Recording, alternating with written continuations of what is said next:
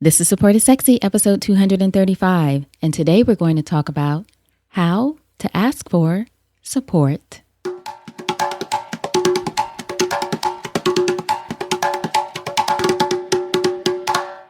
Welcome to Support is Sexy. I'm your host, Elayne Fluker, entrepreneur, author, and founder of Chic Rebellion Media. 5 days a week, Monday through Friday, I interview inspiring women entrepreneurs who share their wins and their lessons to help you take your business and your life to the next level and create something sexy. Here we go.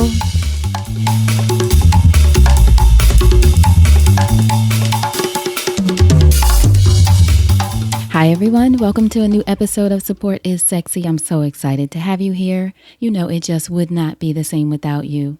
And today, as I mentioned in the intro, we're going to talk about how to ask for support.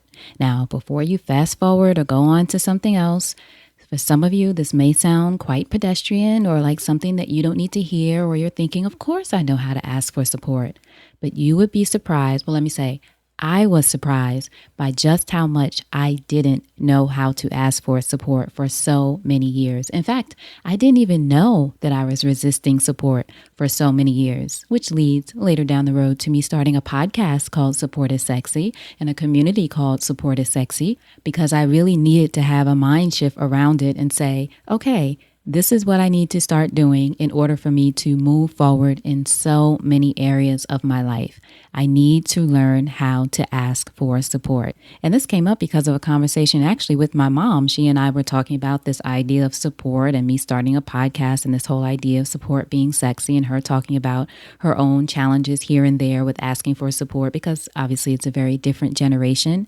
We're going to change that, do something a little different. And it made me think about, you know what? I don't think, maybe I have, but I don't think in the past 200 plus episodes that I've ever really shared how I think or how I have learned to ask for support. Of course, there are a lot of different ways, but I'm going to share just a few of them with you. And if this is stuff you already know, you know what? Consider it a reminder, because we could all use a reminder sometimes. So the first thing that I had to learn is be clear on what you need. A lot of times we think, well, one, we either don't communicate it at all with what kind of support we want or need. We think, oh, this person should just know what I want, or they should be able to figure it out, or they should tell that I need help, play the victim, and hopefully someone will come along and save you. It rarely happens, and we end up disappointed when it does. So what I have learned, being clear about what I want is the best way to start off the ask for support. And sometimes it takes time to get clear. Sometimes you know right away if you have a flat tire, someone drives up, something's wrong, what's going on, you know what you need is help changing your tire or something around a flat tire.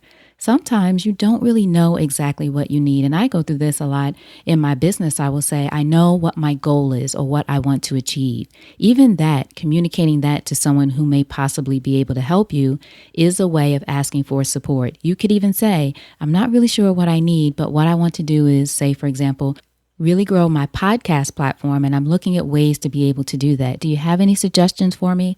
That's just one example. So think about it for you. In fact, if you want, I love writing, so write it down in a journal or a piece of paper on the back of a napkin, the back of an envelope, wherever. Write it down. What do you need right now before you make that ask of whoever it is? Friend, family, mentor. What do you need? What is the ask? So whether it's something that's simple or something that you might feel complicated, writing it out, thinking it through before you make the ask makes it simpler, makes it easier on you and on the other person. Help the other person help you. Like the Jerry Maguire movie, right? Help me help you. When you're thinking about asking for support, help the other person help you. Make it as easy as possible for them to say yes, or as easy as possible for them to know if they can help you and for them to figure out how they can help you. Another thing is, when asking for support, don't apologize for asking.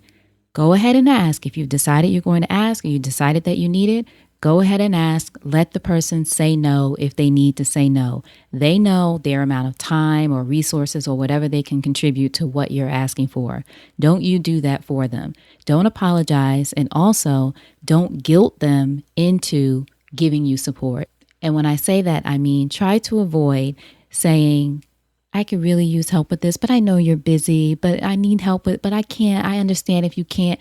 giving the person an out before they even say, yes, I can do it, or no, I can't do it because I'm busy. Maybe they are busy, but you don't want them to support you or offer you some kind of assistance because in some backhanded way, you guilted them into saying yes. You want people to say an enthusiastic yes. When they want to support you, when they see what you're doing, your train is already moving, you've got it in motion, you're not sitting around waiting for support, you're moving and you want support and you want them to be as excited about it as they can. They may not be as excited about you because, no one's as excited about your own thing as you are or shouldn't be. You should be the most excited about that.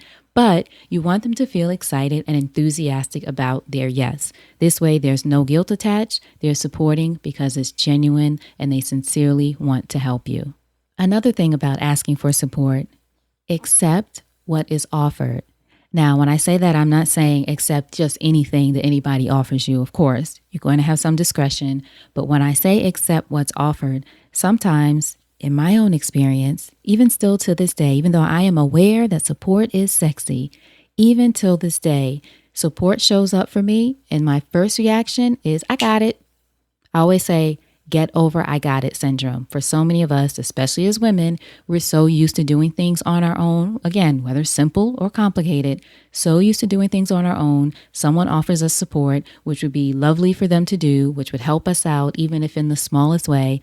Our reaction right away is to turn down support that is showing up for us from the universe, from a person, from whoever, without even considering it. It might be something, maybe you don't quote unquote need someone to help you with your groceries, but could it help you with your groceries to the car? Sure, let the person help. It's a gift for you and it's a gift for them. Now that's a simple example, but sometimes it's things that are bigger and we would rather struggle through. Actually, I don't even know if we would rather.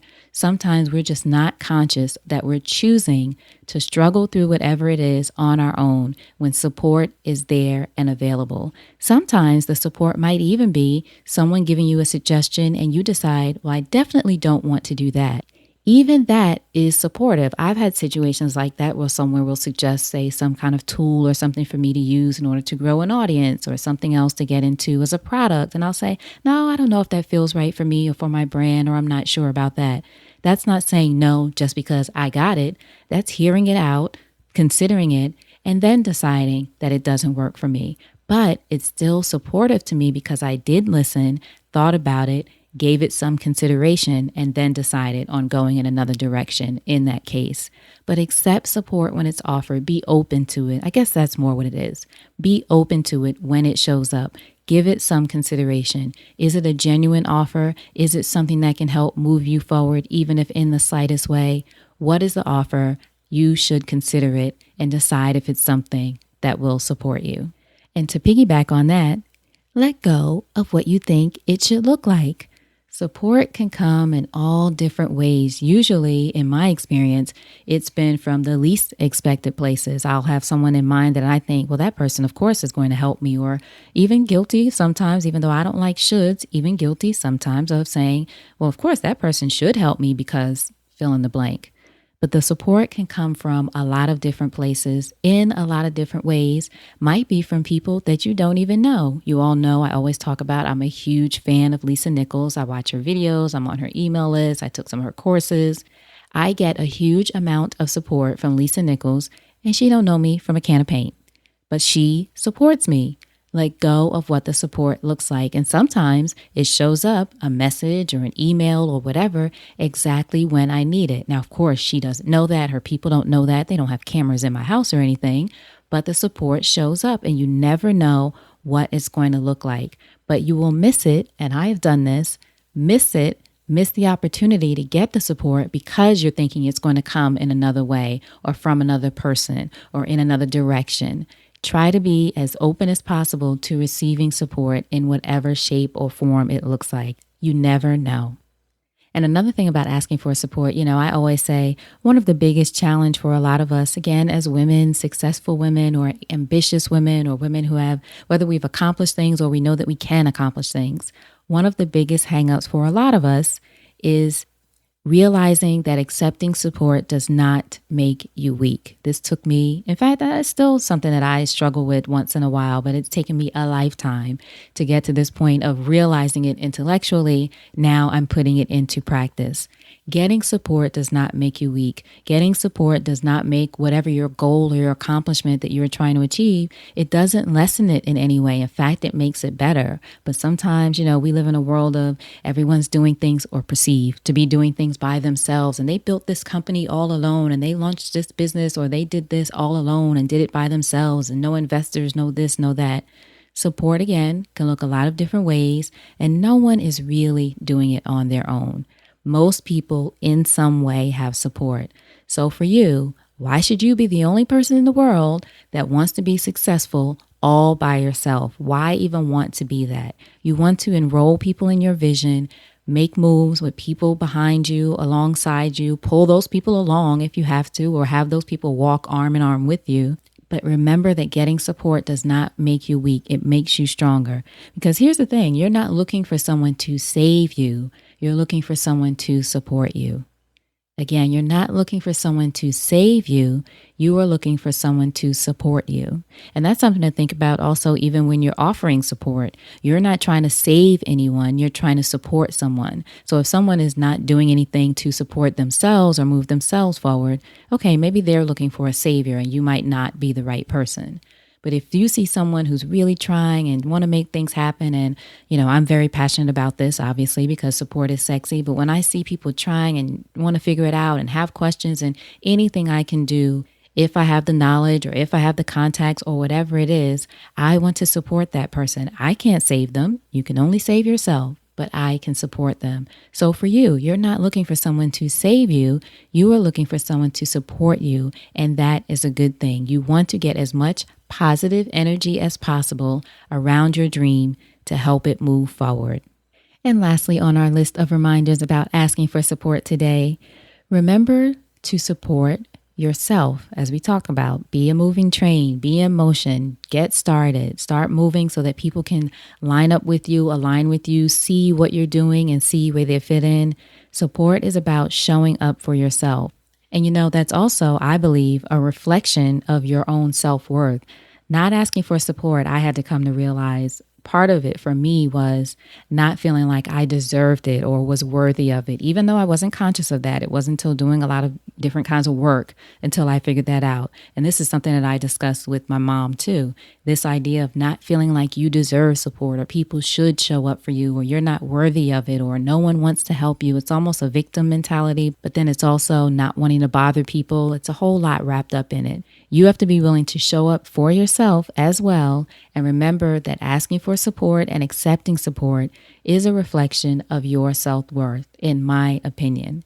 How you show up for yourself and how you let people show up for you means you decide that you deserve the support, that you want the support, that what you're doing is bigger than you, and having the right people around you to help you move it forward is the way that you want to go. So I want you to keep this in mind as you go through the rest of your week or whenever you're listening to this. You deserve support. Support is there for you. Support is sexy. The whole idea behind this podcast and this movement and all these things I'm trying to create is really about us all remembering support is sexy. It's something to try on, not something to avoid or be embarrassed of or hide from. There might be some times when it might be embarrassing or difficult to ask for the support for whatever reason, whatever you have tied up in it or the story that you've created around it. I've gone through that too. I've created this whole story about what it means if I ask for support around whatever this thing is.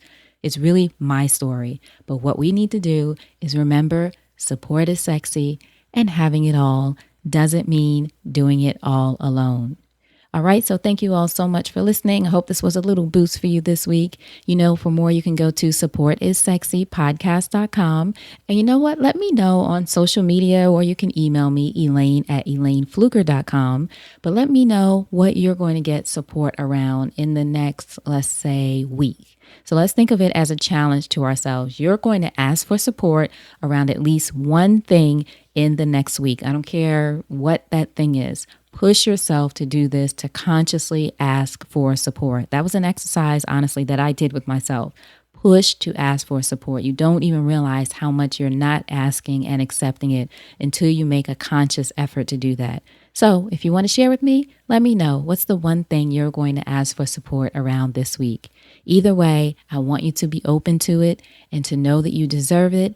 And again, having it all doesn't mean doing it all alone. All right, so thank you all again so much for being here. I truly appreciate you. And until next time, you know what to do. Go out there and create something sexy. And I'll talk to you soon. Take care.